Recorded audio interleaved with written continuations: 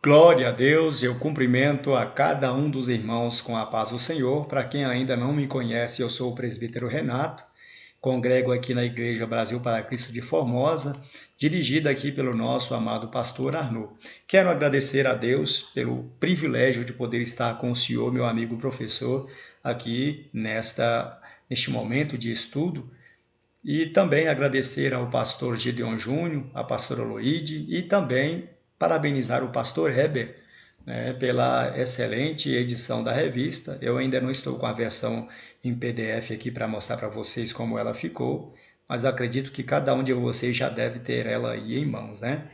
Ficou uma revista muito boa e nós, graças a Deus, fomos agraciados aqui com esse presente, né? A oportunidade de poder discutir um pouco aí sobre a obra do Espírito Santo, os seus atributos, os seus ministérios, né? E eu quero dizer que essa revista ela não pretende ser de fato um tratado sobre o Espírito Santo, longe disso, né? Inclusive o título dela é Conhecendo o Espírito Santo. Nós vamos começar a dar o nosso pontapé inicial, conhecendo aqui, pelo menos de minha parte, né? Acredito que muitos dos irmãos têm um conhecimento teológico profundo, mas eu aqui eu posso dizer que eu ainda estou engatinhando aqui ainda no conhecimento do Espírito Santo e quero estudar com os irmãos esse tema que é de fundamental importância para o crescimento da nossa fé e também dentro do aspecto soteriológico, comunal e escatológico para a nossa vida, é importante que nós tenhamos um conhecimento sobre quem é o Espírito Santo. Então, o primeiro título aqui da nossa lição é A Pessoa do Espírito Santo. Nós colocamos aqui, então, esse primeiro tema porque a partir da pessoa do Espírito Santo é que nós podemos dar prosseguimento no estudo da pneumatologia. Então, o Espírito Santo é, de fato, um membro da divindade, ao meu ponto de vista, que é o mais negligenciado por parte dos crentes.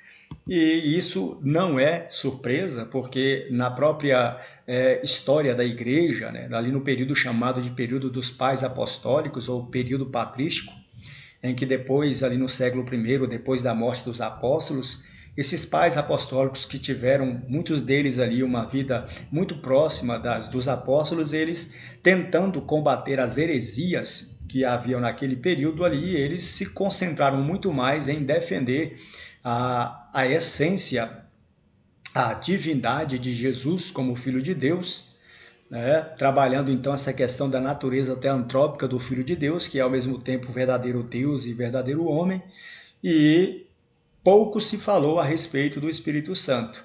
Tanto é que no credo de Nicéia, né, que é um dos primeiros credos ali do período patrístico, os pais apostólicos definiram a pessoa de Deus da seguinte forma: cremos em Deus Pai Todo-Poderoso, Criador dos céus e da terra, né, e em Jesus Cristo, seu único Filho, que nasceu da Virgem Maria, padeceu sob Pôncio Pilato, foi crucificado, morto e sepultado, ressuscitou ao terceiro dia, subiu aos céus, está sentado à direita de Deus Pai Todo-Poderoso, Criador, né, que Deus Todo-Poderoso, de onde há de vir e julgar os vivos e os mortos. E dizem assim: cremos no Espírito Santo. E nada mais foi dito a respeito da pessoa do Espírito Santo. Então, ali por volta do ano 378, mais ou menos 200 anos depois, né, em que eles estavam ali nessa efervescência combativa contra as seitas, surgem ali muitas outras seitas que de fato tentaram despersonalizar o Espírito Santo e acabar de vez assim com essa ideia de que Deus existem três pessoas, né, divinas em sua união hipostática e consubstancial. E houve ali então um homem chamado de Anfilóquio, que era amigo de um dos pais da igreja chamado de Basílio de Cesareia, e Anfilóquio pede a ele para que faça ali uma cartilha, né, sobre o Espírito Santo, para que ele pudesse combater um grupo chamado de pneumatômacos, né, que era um grupo avesso à doutrina do Espírito Santo ou da pneumatologia, por isso que eles eram chamados de pneumatômacos. E esse grupo aí, eles atacavam veementemente, dizendo que o Espírito Santo era apenas uma força impessoal e que ele não tinha nenhum traço de personalidade, e por isso ele não podia fazer parte da essência do ser de Deus. E Anfilóquio ele pede para Basílio de Cesareia fazer ali uma carta combatendo, né, os pneumatômacos, e de fato Basílio de Cesareia acabou fazendo foi um verdadeiro tratado ali sobre a pessoa do Espírito Santo, que quem tiver a oportunidade de ler é muito importante. Lá por volta do século XVI, onde mais tarde vem João Calvino ali, e de fato ele traz uma pneumatologia um pouco mais aprofundada até do que aquela que Basílio de Cesareia nos trouxe, e ao final ali do século XVIII para o século XIX, nós temos muitos teólogos ali que começaram a, de fato, trazer uma pneumatologia muito mais robusta. Entramos ali pelo século XX, temos Charles Finney, temos ali também Augustus Hopkins Strongs, e muitos outros teólogos ali que já trouxeram ali um estudo bem aprofundado a respeito da pessoa do Espírito Santo, e boa parte do conhecimento que nós temos hoje é graças ao que o próprio Deus, através do Espírito Santo, revelou a esses grandes eruditos aí da nossa comunidade cristã. Então, aqui nós temos que entender que nessa lição, o primeiro ponto de partida é estudar justamente sobre a pessoa do Espírito Santo, porque é a partir dele que nós vamos dar seguimento, então, a todo o arcabouço teológico pneumatológico acerca dessa maravilhosa doutrina, né? E aqui na introdução nos mostra que o Espírito Santo ele comumente é representado por símbolos como água, fogo, vento, chuva, óleo, azeite, né? Pomba, é representado aí por muitas coisas, mas a gente tem que entender que ele é um ser essencialmente dotado de personalidade. Então, aqui nesse estudo, nós temos aqui a oportunidade de entender que o Espírito Santo é um ente totalmente inseparável, né, de Deus, e é também uma pessoa divina que, juntamente com o Pai e com o Filho, ele participa plenamente ali da criação, da redenção e da salvação. E alguns estudiosos dizem que o Espírito Santo é, de fato, o aplicador da obra da redenção. Se Cristo morreu por nós para garantir a redenção das nossas almas e perdoar-nos dos nossos pecados, depois que ele enviou o Espírito Santo se torna aquele que vai aplicar todos os mistérios e ofícios ali da graça, da salvação, e tudo se dá a partir do Espírito Santo que vem ali em lugar de Jesus para cumprir aquilo que Jesus deveria fazer, mas que não fez porque precisava retornar para o Pai. Então o Espírito Santo é de fato uma outra pessoa como Jesus. Então, aqui no tópico 1.1, pergunta-se se o Espírito Santo é uma força impessoal. O tópico aqui diz que os estudiosos como Craig Skinner e Gordon Fee, eles nos ensinam que o fato de o Espírito Santo ser um com Deus e, ao mesmo tempo, uma pessoa distinta de Deus é parte do grande mistério da Trindade, né? Nós não entendemos como pode Deus ele ser um só, mas composto de três pessoas em sua hipostase, em sua união hipostática, na composição do seu supremo ser, ele ser um ser junto com Deus, né? E ao mesmo tempo ser uma pessoa distinta de Deus. Isso de fato nós não conseguimos entender. A gente só confia no que a Bíblia diz e sobre o Espírito Santo, porque nós estamos apoiados de fato ali no testemunho da Escritura, e a Escritura geralmente não trabalha com a lógica humana, né?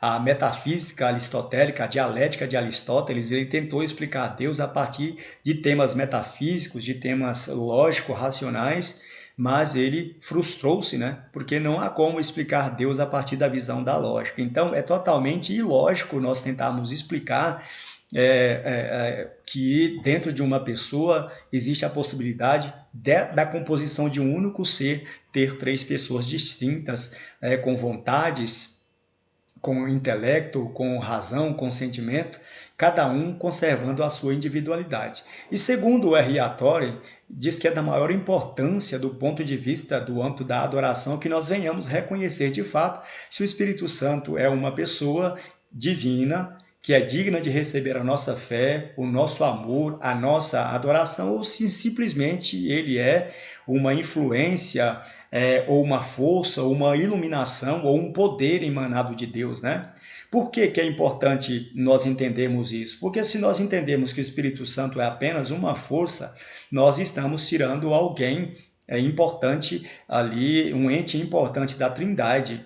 E se nós reconhecemos o Espírito Santo como Deus, como uma pessoa, nós estamos dando a Ele todo o reconhecimento e a devida adoração que nós devemos tanto ao Pai quanto ao Filho. Então, quando nós adoramos a Deus, nós não adoramos a Deus separadamente. Quando nós oramos diretamente a Deus, nós vamos em nome de Jesus, aí pedimos para que em nome de Jesus Deus possa derramar das suas bênçãos sobre nós e que no nome de Jesus o Espírito Santo possa fazer muitas coisas em prol da nossa vida. Nós sempre oramos a Deus em primeiro porque Deus é o primeiro, né, na ordem da revelação, mas não significa que o Espírito Santo seja uma pessoa menor, nem que Jesus seja uma pessoa menor. Inclusive os pneumatólogos, né, que são os nossos pneumatologistas, eles dizem que, embora nós tenhamos aquela ideia de uma subserviência ali dentro da divindade, porque às vezes Jesus se revela como servo de Deus, né, e que o Espírito Santo ele é vindo para glorificar Jesus, da mesma forma que Jesus vem para glorificar o Pai, mas são apenas sujeições funcionais e não sujeição substancial ou pessoal. E todos os três estão no mesmo nível de igualdade, no mesmo patamar, né, em termos de importância dentro do cristianismo. Então o Espírito Santo é Deus e ele é uma pessoa que é digna de receber o nosso amor e de ter um relacionamento amplo com cada um de nós. Então ele não é apenas uma influência, uma força ativa, como ensinado por aí, né? Então é por isso que nós temos que reconhecer que ele tem atributos de personalidade, aqui dentro das entrelinhas do texto sagrado. É importante que nós compreendamos isso porque é um meio de nós sermos honestos com Deus e também de devotar ao Espírito Santo a devida honra e o respeito que são indispensáveis à sua grandeza e magnitude. No tópico 1.2 nós temos aqui que os termos pneuma e ruá são os termos que são utilizados para textos que têm uma tradução muito extensa, muito ampla, né?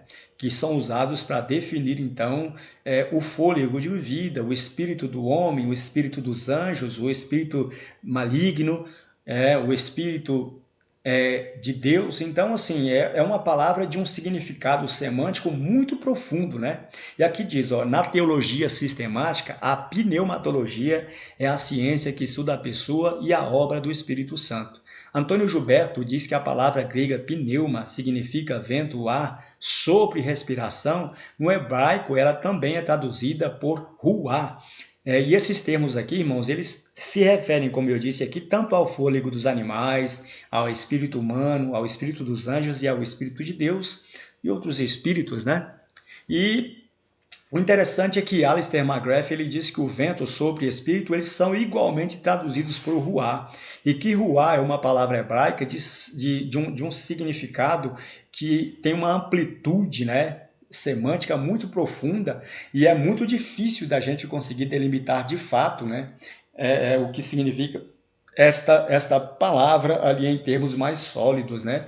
E por causa dessa dificuldade, dessa variação semântica, né, que esta palavra tem, ali muitos líderes de seitas religiosas, grupos heréticos, né, sociedades de tratados aí que se dizem cristãos, eles usam isso aí como um prato cheio para negar a pessoalidade também do Espírito Santo, já que os termos técnicos para definir a pessoalidade no grego são as palavras prosopon e a palavra hipóstasis, né? A palavra prosopon, ela tem o sentido de máscara, né? Que os atores gregos ali no palco, eles sempre se apresentavam usando máscaras e a máscara, na verdade, servia para que depois do final do espetáculo eles pudessem revelar a verdadeira face que havia por detrás daquela máscara.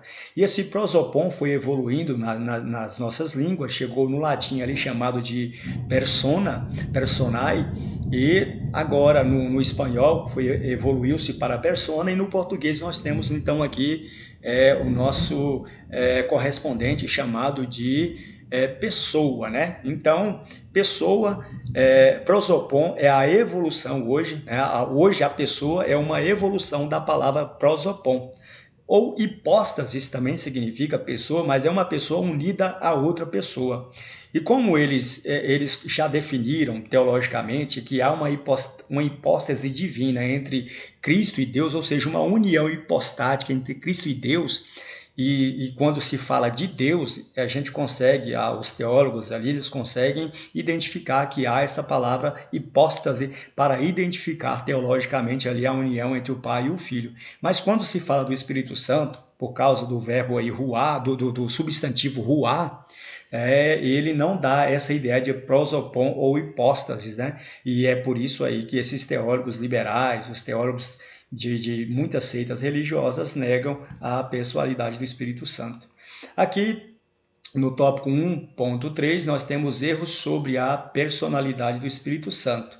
Como nós já vimos aqui, os teólogos da Sociedade de Torre de Vigia, famosa Testemunho de Jeová, e o pessoal lá da Igreja Unida de Deus, United Church of God, e da comunidade israelita da Nova Aliança, esses grupos religiosos aí, eles traduzem seus escritos retirando todo o caráter pessoal do Espírito Santo. Lá, por exemplo, na tradução do Novo Mundo das Sagradas Escrituras, que é a Bíblia na versão pessoal das Testemunhas de Jeová, eles traduzem Gênesis capítulo 1, verso 2, onde diz que o Espírito de Deus se movia sobre a face das águas. Eles trocam esse termo aí, colocam que a força de Deus se movia sobre a face das águas. Também eles fazem uma permuta dos vocábulos Espíritos de Deus pela expressão força ativa de Deus, influência divina, vento impetuoso, corrente elétrica, poder dinâmico, mas eles não querem de fato assumir que o Espírito Santo é uma pessoa. Inclusive, todas as linhas ali da Bíblia dos Testemunhos de Jeová, quando falam do Espírito Santo, eles sempre colocam o Espírito Santo como ser impessoal e também escrito em letra minúscula, né? E da mesma forma que eles negam também a divindade de Jesus, colocando lá no capítulo 1 do Evangelho de João, que no princípio era o verbo estava com Deus. Aqui, como nós dissemos que o verbo era Deus, eles diziam que o verbo era um Deus, colocando Jesus também ali na tradução deles como um Deus de categoria menor, arrumando um problema teológico muito maior do que eles poderiam imaginar. Então aqui, além de negar a divindade do Filho de Deus, eles agora retiram a pessoalidade do Espírito de Deus.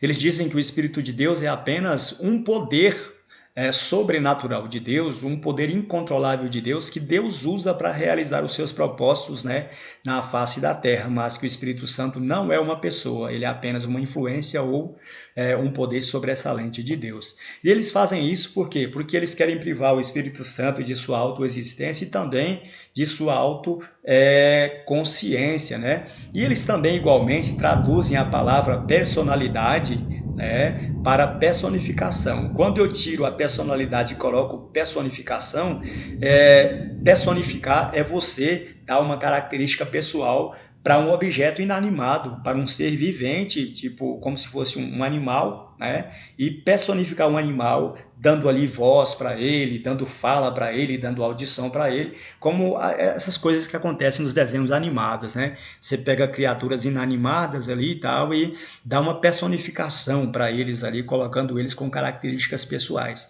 Então eles dizem que o Espírito Santo não é uma pessoa, mas é um poder de Deus, um vento impetuoso ou um elemento divino ali que é personificado com características pessoais.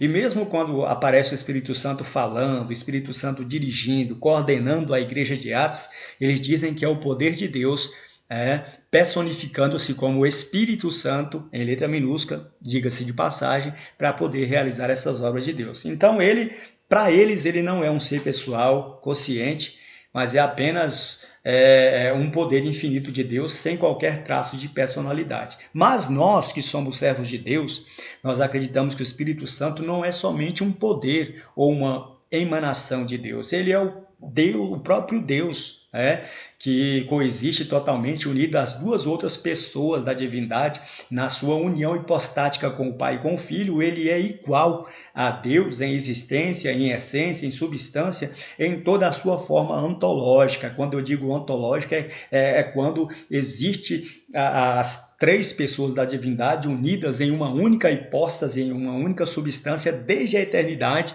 e que se fez conhecido e revelado a todos nós. Então, o Espírito Santo, ele não é uma força, ele é Deus. Jesus, em Mateus 28:19, disse em nome do Pai, do Filho e do Espírito Santo. Ele não disse em nome do Pai, do Filho e do poder de Deus, porque se ele tivesse dito isso de fato, ele estaria declarando que o Espírito Santo não é uma pessoa. Mas quando ele diz, ide por todas as nações, batizando-as em nome do Pai, do Filho e do Espírito Santo, ele está dizendo que o Espírito Santo é uma pessoa. Então aqui no tópico 2, nós temos a personalidade e a corporalidade do Espírito Santo. 2.1 diz, o Espírito Santo pode ser uma pessoa mesmo sem um corpo? Aqui Bunsen diz que o principal poder do mundo, meus amados, é a pessoalidade. Mas muitos heréticos, eles querem rejeitar a pessoalidade do Espírito Santo porque a Bíblia não dá para o Espírito Santo uma definição corporal, E o interessante é que você já parou para imaginar que um cavalo ele tem corpo, que um boi ele tem corpo, que um cachorro, um papagaio, uma girafa, todos esses animais eles têm corpo, mas por que eles têm corpo? Nós podemos dizer que eles são uma pessoa? Evidentemente que não, porque eles não têm individualidade psicológica, eles não têm capacidade de autodeterminação e eles também não têm atributos pessoais. Como diz Ralph Riggs e David Yong Cho, eles esclarecem que a personalidade ela não pressupõe corporalidade.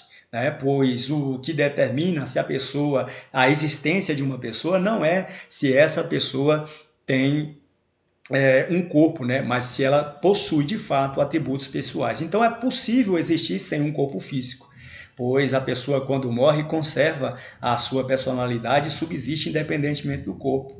Paulo, em uma determinada passagem do Novo Testamento, ali, em uma de suas cartas, ele diz que ele tem o desejo de deixar este tabernáculo para habitar com o Senhor. O que é deixar esse tabernáculo? É deixar este corpo para habitar com o Senhor. Então é possível eu deixar o meu corpo para habitar com o Senhor. E como é que eu vou habitar com o Senhor? Eu vou habitar em espírito. Então o espírito não precisa de ter corpo. O que o espírito, para continuar sendo pessoa, precisa ter é simplesmente individualidade psicológica e atributos de personalidade. O Espírito Santo, ele tem atributos de personalidade. Aí os teólogos aí dessas seitas aí, eles dizem, mas como pode o Espírito Santo ser uma pessoa se ele é um espírito? Pela aí, meu amigo, a Bíblia diz que Jesus, lá no livro de Romanos, que Jesus foi feito espírito vivificante, sendo ele o último Adão. Em João capítulo 4, versículo 24, diz que Deus é espírito e importa que os seus adoradores o adorem em espírito e em verdade. Então, se Jesus é espírito e é uma pessoa, se Deus é espírito e é uma pessoa, por que o Espírito Santo não pode ser uma pessoa só porque leva o nome de Espírito Santo? Não é algo controverso? É isso que nós temos que discutir. E se a gente for olhar no livro de Apocalipse, lá, quando aquelas almas aparecem debaixo do trono de Deus, clamando justiça, pedindo ao Senhor para que vingue o sangue dos mártires ali, aquelas pessoas, aquelas almas tinham corpo? Não, elas eram, evidentemente elas eram almas, mas elas guardavam toda a sua unidade psicológica, os seus traços emocionais, os seus traços morais, e recordava-se de tudo aquilo que fizeram durante a vida, estavam ali conscientes de que haviam sido mortos ali por causa do testemunho do Cordeiro. Lá em Lucas capítulo 16, do 23 ao 31, nós também vemos a forma com que Lázaro e o rico, eles vão, cada um vai para o Hades, o outro vai para o seio de Abraão, e os dois ali, mesmo não tendo corpo, sendo apenas alma, sendo apenas espírito ali, eles conservam toda a sua individualidade psicológica, as suas vontades, os seus sentimentos, a sua intelectualidade e a sua consciência. Então, se eles podem existir sem corpo depois que partem dessa vida, por que desde a eternidade o Espírito Santo não pode ser uma pessoa mesmo sem um corpo definido, não é? Então, é uma controvérsia que nós precisamos vencer a cada dia mais.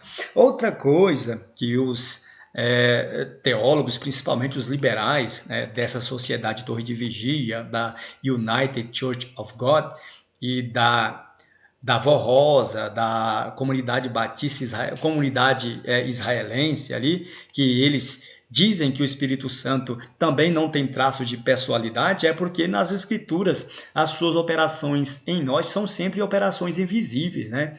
O Espírito Santo, ele regenera, ele nos renova, nos dá vida, ele trabalha em nós o processo da santificação e ele mora dentro de nós, mas nós não entendemos como todos esses processos ocorrem em nossa relação interpessoal e interna com o Espírito Santo, mas nós sabemos que de fato essa relação existe porque os resultados são plenamente visíveis, né? E nós temos, portanto, aí a imagem psíquica da pessoa de Deus firmando o mundo para que não se abale.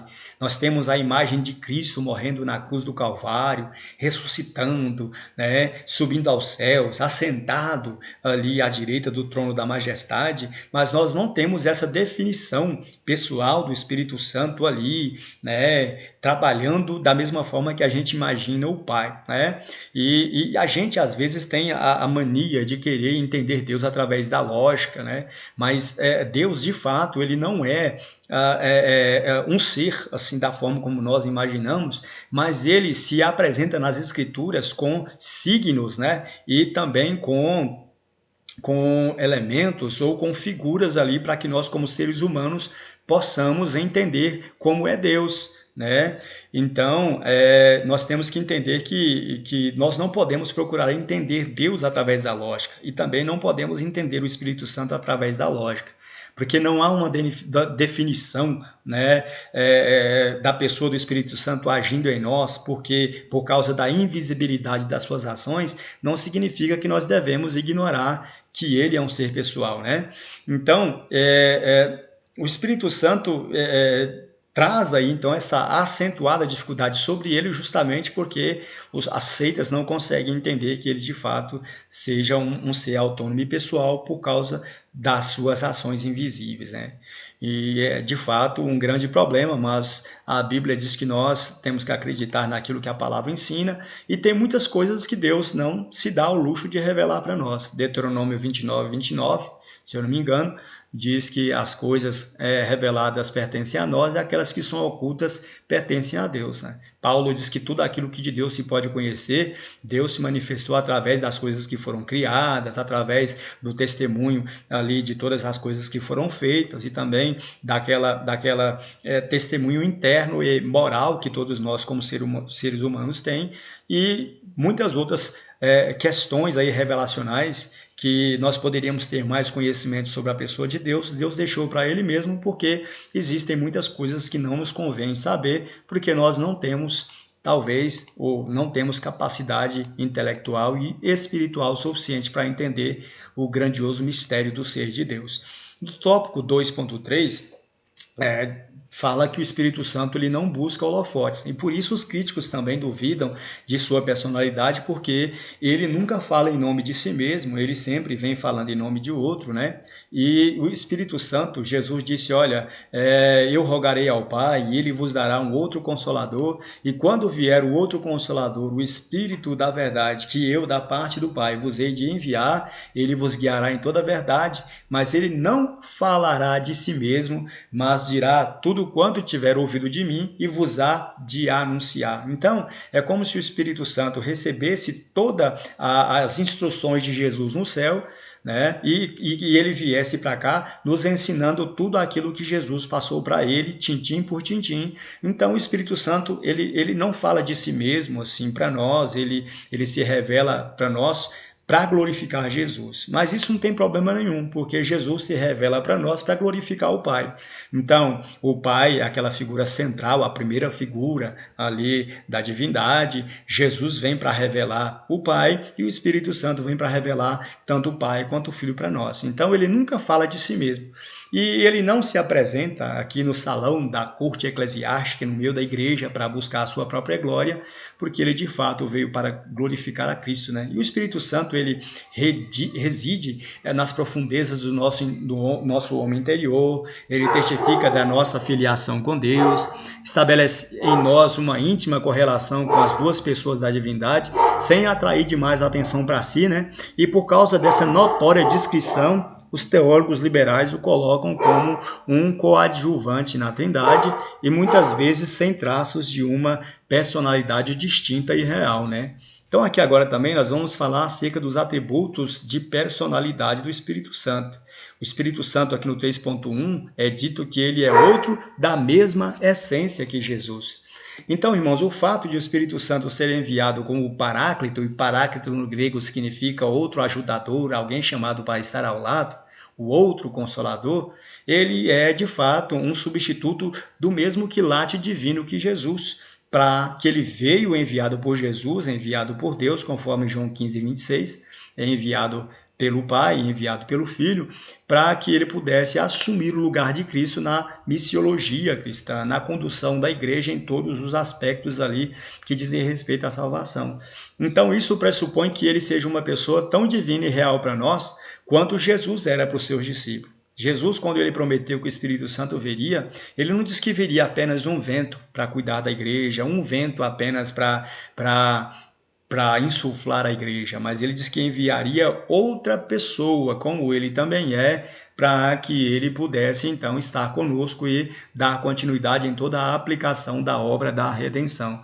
Então Jesus, aqui conforme Antônio Gilberto, se refere ao Espírito Santo empregando o pronome pessoal e determinativo ekeinos, né, no grego, que significa ele, né? Ao passo que o Espírito Santo a si mesmo se chama de eu. Então, se o Espírito Santo ele tem consciência da sua autoexistência como pessoa, ele só pode ser um ser pessoal.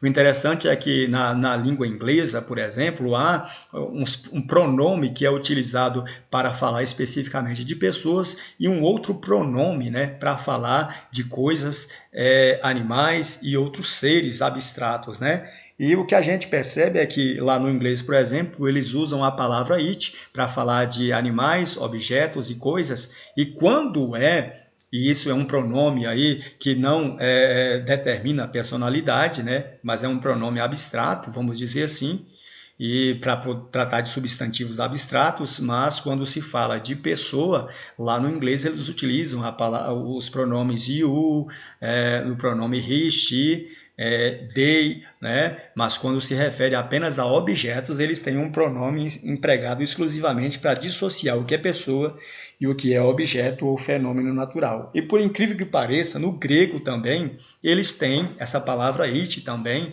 é utilizada no grego para definir objetos inanimados ou seres impessoais ou animais. Mas quando é para falar do Espírito Santo aqui, o grego dá o nome de ekeinos, que é um pronome pessoal e determinativo que significa ele. Então o Espírito Santo é reconhecido na teologia e também dentro aí de todo o vocabulário grego, a gente pode entender que eles têm esse correspondente aí para falar acerca da pessoalidade do Espírito Santo.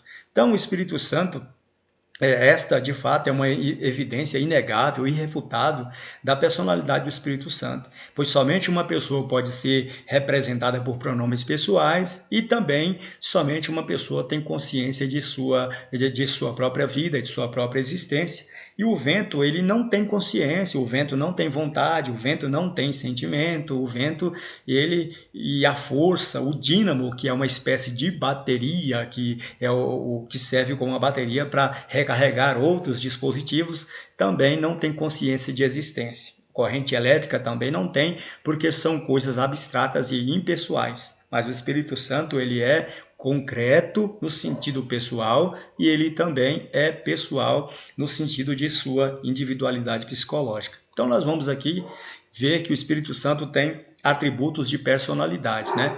Para a antropologia, os atributos de personalidade como intelecto, vontade, sentimento e capacidade de autodeterminação são os meios usados pela ciência para definir a existência de uma pessoa. Então, a personalidade significa a individualidade psicológica de alguém que pode ser perceptível através dos seus traços físicos e morais. Então, nós podemos dizer que o Espírito Santo ele é um ser altamente inteligente, porque ele tem intelecto, extremamente inteligente, ele tem vontade, ele tem sentimento e ele tem capacidade de autodeterminação, que é o poder de tomar as suas próprias decisões, de como agir, do que fazer, do que falar, para onde ir, entende? Então, se ele tem a capacidade de se autodeterminar, a gente pode dizer que ele de fato é uma pessoa. Porque pessoalidade significa, né, como eu já disse aqui, a individualidade psicológica de alguém. O Espírito Santo é uma pessoa porque ele possui inteligência.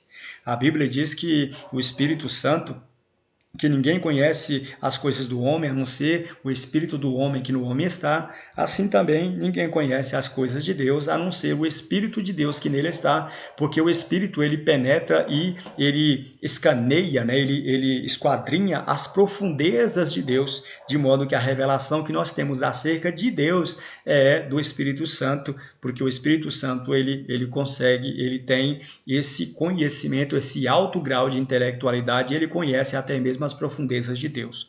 O Espírito Santo é uma pessoa também porque ele tem vontade. 1 Coríntios 12, 11 diz que ele distribui os dons espirituais a cada um como ele quer. Atos 13, do 1 ao 3, fala do Espírito Santo ordenando ali que Paulo e Barnabé sejam separados para a obra que ele tem designado para cada um deles. Então, se ele tem inteligência e tem vontade, ele é uma pessoa. Ele tem sentimentos. Como é que pode um vento, uma força, uma corrente elétrica ter sentimento? Se o Espírito Santo tem sentimento, nós podemos dizer que ele é um vento? Não podemos. Efésios 4,30 diz: e não entristeçais o Espírito Santo da promessa, com o qual fostes selados para o dia da vossa redenção. Isaías 63,10 diz que eles conquistaram o seu Espírito Santo, por isso o Espírito Santo mesmo pelejou contra os israelitas lá no passado. Romanos 15, verso 30, Paulo fala sobre a intercessão, pedindo a Deus para que venha de uma forma maravilhosa, que todos sejam unidos pelo amor do Espírito Santo. Romanos 5,5 diz que o amor de Deus foi derramado em nós pelo Espírito Santo que nos foi concedido. Então, o Espírito Santo ele tem vontade, intelecto e sentimento, que são atributos de personalidade suficientes para determinar se este ser e pode ser classificado como pessoa. Ele não é vento nem um fogo, porque ele também fala, Apocalipse 2,7 diz que aquele que tem ouvidos, ouça o que o Espírito diz às igrejas.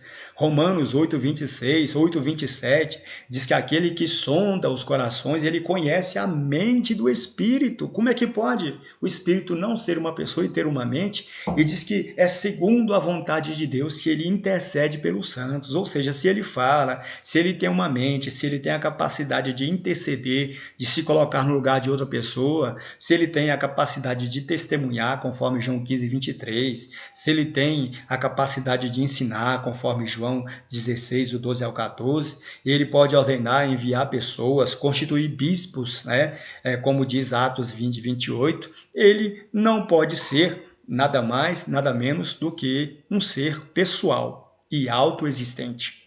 E além de convencer do pecado, João 16,8, o Espírito Santo também pode guiar, dar orientações, enviar pessoas para o ministério, tomar decisões. Então, como é que pode o fogo, o vento e a água fazer todas essas coisas e mesmo assim eles dizerem que o vento e o Espírito Santo são uma coisa só? Não, o vento, a água, o fogo, o óleo, o azeite, a pomba, na verdade, são símbolos, que representam as manifestações e as operações do Espírito Santo.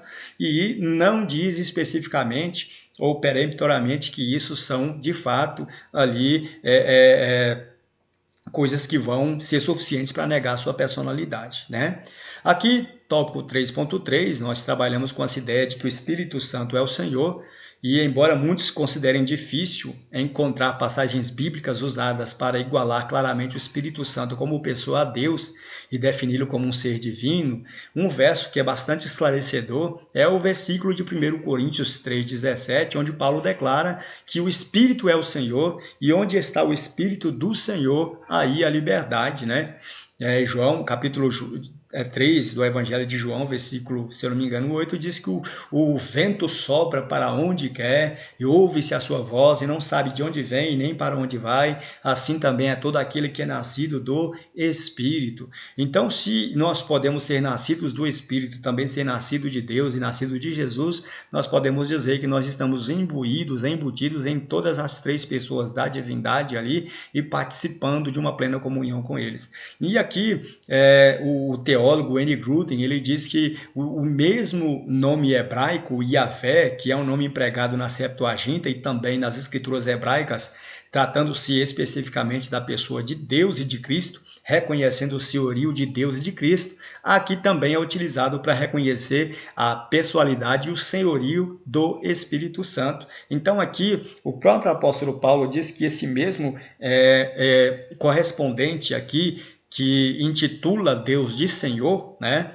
E também Cristo é o mesmo termo designativo do senhorio do Espírito Santo. Então aqui, sem dúvida alguma, o Espírito Santo é visto no testemunho apostólico como uma pessoa igual a Deus e a Jesus, sem qualquer distinção de glória e de atributos de personalidade.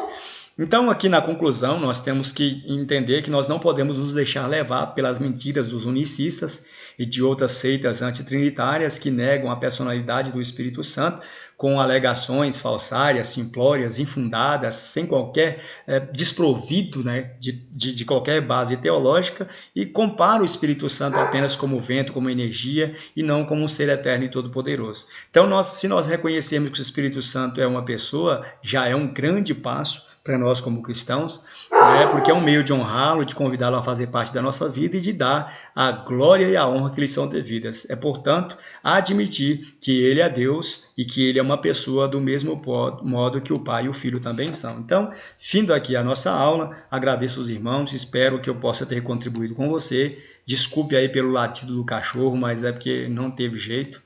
O cachorro não obedece, ele não tem consciência, não tem individualidade psicológica, então não dá para a gente pedir para ele fazer silêncio.